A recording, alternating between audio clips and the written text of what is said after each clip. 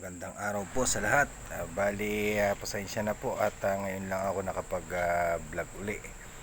Ang ipapakita ko po sa inyo ay kung paano i-convert yung hindi smart TV na TV sa smart TV. Gamit lang po yung device na nabibili sa online na smart box.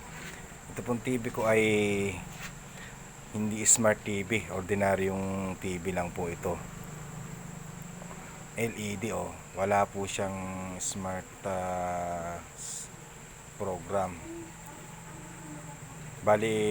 Gusto ko pong i-convert sa smart TV dahil nagpakabing internet ay para hindi na kami magpalit ng TV. Instead na magpalit ng TV ay i-convert na lang para magamit sa internet, makapanood ng YouTube. Yan po ang aking binili. Yan po ang set ng aking smart box. May kasama na po siyang remote at saka mga HDMI plug. May kasama din po siyang adaptor. At bumili na rin po ako ng mouse na gagamitin diyan. Mas maganda rin po yung may mouse, pero may kasama po yung keyboard. Hindi ko nilang ipinakita yung keyboard kasi mouse ang ikakabit ko. Ganyan lang po ang pagkakabit para sa yan. Ilalagay po yung HDMI port dun sa TV. Mamili kayo, minsan dalawa ang HDMI port, pwedeng dun sa isa, pwedeng dun sa isa pa. Tapos may kabitan din naman yan sa likod ng HDMI yung smart box para kumunik yung video.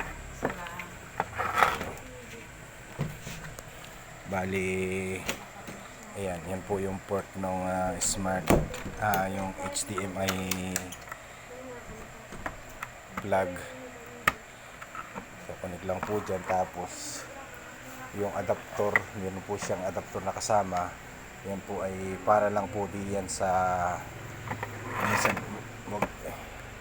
ang pagpapalit po ng adapter niya, kung sakasakay masira ang adapter ay yung para diyan po sa smart box, kasi may mga bolts po yan na kailangan. 12 volts po yung voltahe niyang adapter na yan. Madali lang po ikabit. Kaya po yan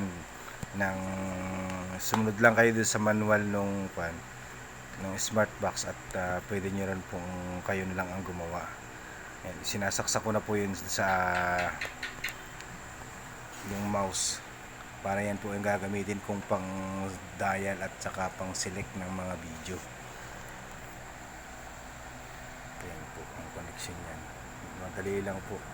Tapos select nyo lang yung TV sa kung saan siya inilagay na HDMI port. Yun, sinelect ko lang po sa HDMI at lalabas na yung smart box. Lagi po siyang, pag yung gagamitin niyo po sa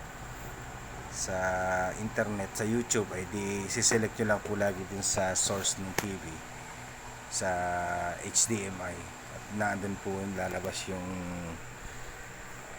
smart box. Yan po ay pagka naglabas na yung display ng smart box, i-connect po natin yan sa internet. May wifi po yan. Yung password ng internet ay idadaya lang po dun sa wifi niya. At kapag kumunik na, ay babaguhin din po ang date. Isi-check nyo yung date. Check nyo dun sa date sa kasalukuyan, dahil hindi po yan magkakaroon ng internet pag sala yung date. Yan na po yung display ng smart box. Ang pagsiset po ng internet ay pupunta kayo doon sa setting, doon sa yan. Tapos select yung wifi, tapos search niyo yung wifi ng internet nyo na gagamitin, tapos i-connect nyo po. Kapag naka-connect na po yan, baguhin nyo lang yung date.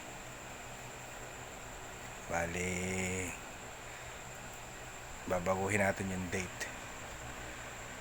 Yan, lalagay niyo po yung date sa remote control ng smart box na ililipat.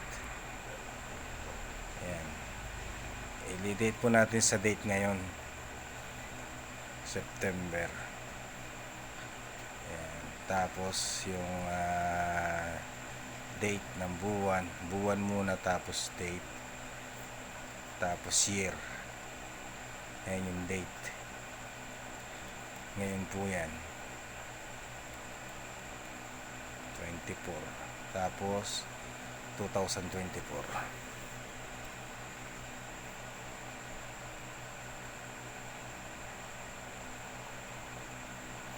Kapag na-set na po yan, magkaka-internet na po siya.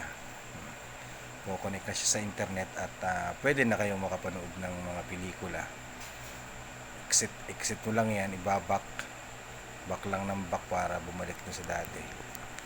Tapos katapos nun, smart TV na po ang inyong TV. Hindi naman po kamahalan, mura lang din naman po yan sa online. Yan, ganyan. Makakapamili pa kayo ng iba't ibang klase niyan. Ang binili ko yung ganyang klase ng smart box. Pero meron diyang mga stick TV, smart box TV. Yan, nag-YouTube na po ako. Kaya para doon sa mga ang TV nyo ay hindi smart TV, gusto nyo i-convert, ganyan lang po ang pagko-convert, madali lang. Basta bumili lang kayo ng smart box.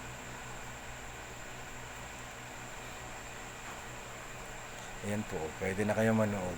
Nakakonect na siya sa internet at saka nakakapag-YouTube na. Napakadali lang po para sa